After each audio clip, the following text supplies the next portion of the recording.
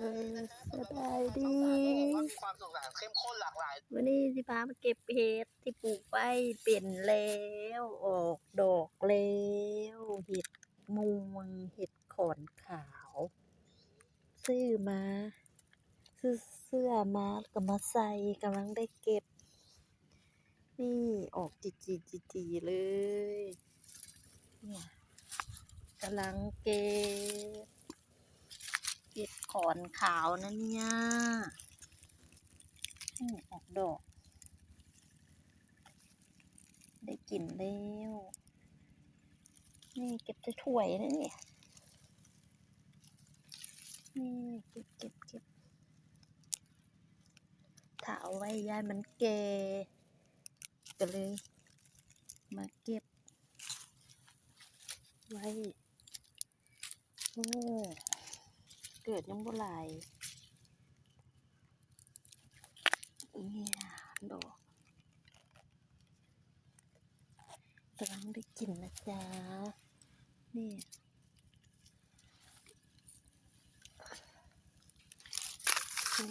กำลังได้กินจ้านี่ดอกงามจังเลยนี่มีตรงไหนโอ้โหดอกใหญ่บ้าเนี่ยนี่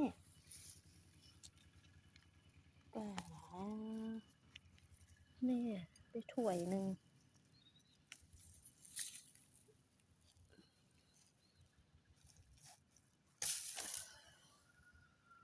เนี่ยได้กินแล้ว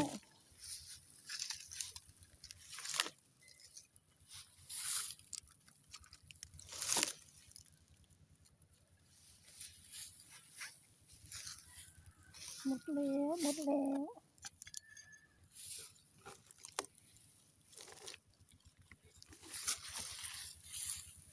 นี่กำลังออกจีเลยออกจีกำลังออกจี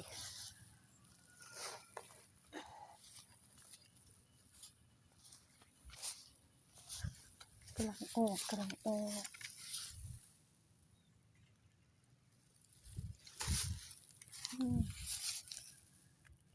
กจีเดี๋ยวฝากกล้องไว้กันนะ